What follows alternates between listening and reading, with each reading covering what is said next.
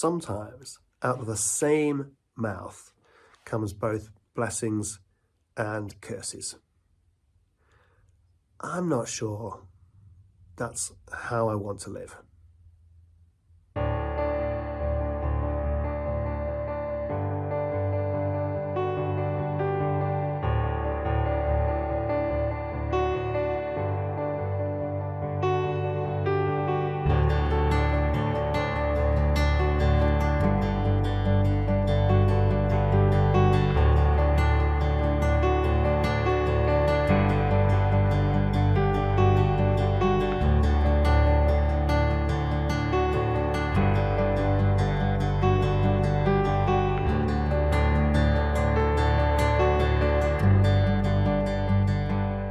In the Christian New Testament, we've got a letter from a man called James, who we think is the oldest younger brother of Jesus.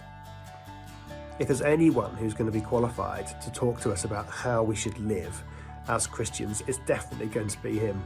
He grew up with Jesus as his older brother, and until Jesus was 30, as far as we know, they would have been a tight-knit family. So he watched him through his teenage years, he watched him through his early 20s, right the way through into his 30s as well.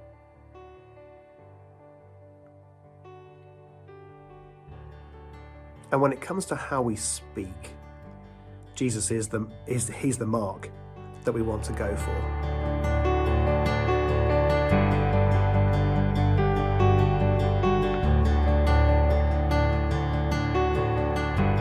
Isn't it interesting that when kids blow bubbles, even adults stop to look at them? They're these beautiful, fragile spheres floating in the middle of air. They're covered in colour. There's no telling where they're going to go, and we know how fragile they are, so we kind of watch them to see how long they're going to last before they just pop.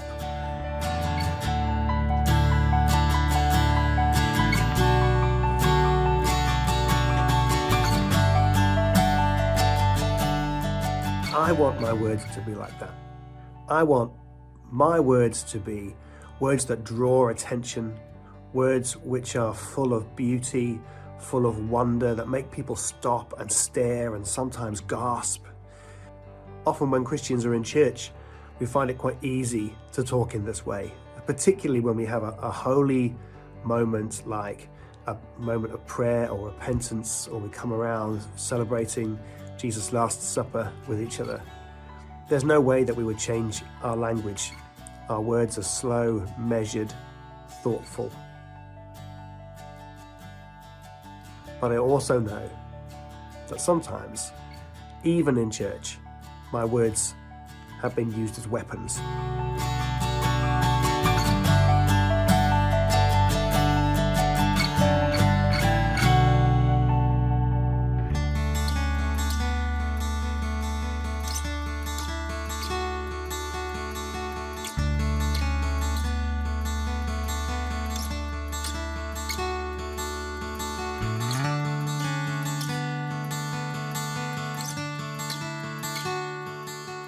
Sometimes the words that I've spoken have been purposefully hurtful, harsh, targeted.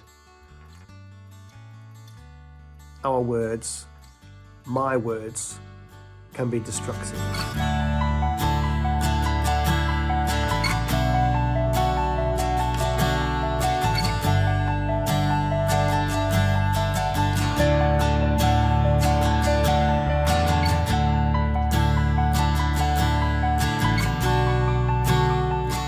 Jesus' older brother James would have had a really good foundation in how we should understand humanity. From his brother Jesus, he would have seen how precious, how formidable, how beautiful the human spirit is, and that we should be able to use our time, our energy, our words to build into each other, to build back into each other where our cultures have destabilized and ruined us.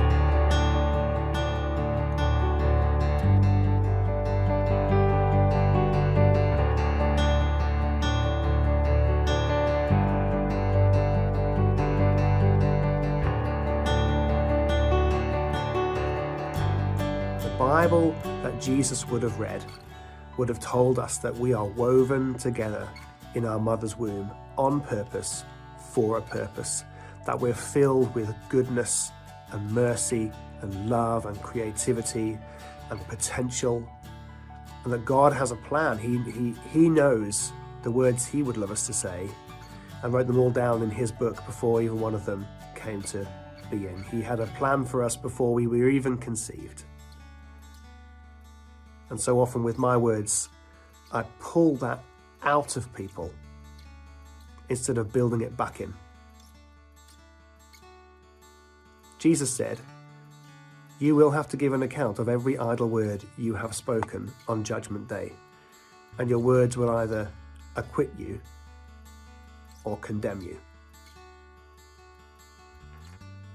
The way we speak represents God and his power. We have the power to tear down or to build up. We have the power to destroy or to restore. We have the power to destabilize or to bring stability.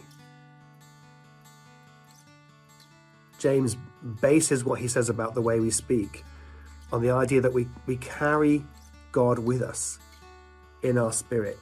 We're ambassadors of a better country, a better way to live. It's based on the idea that humans are basically miracles in human form.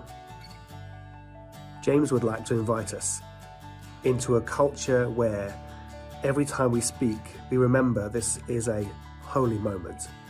We remember that each phrase is important, that each person is important, and that when we speak, we represent the best of humanity and the best of God.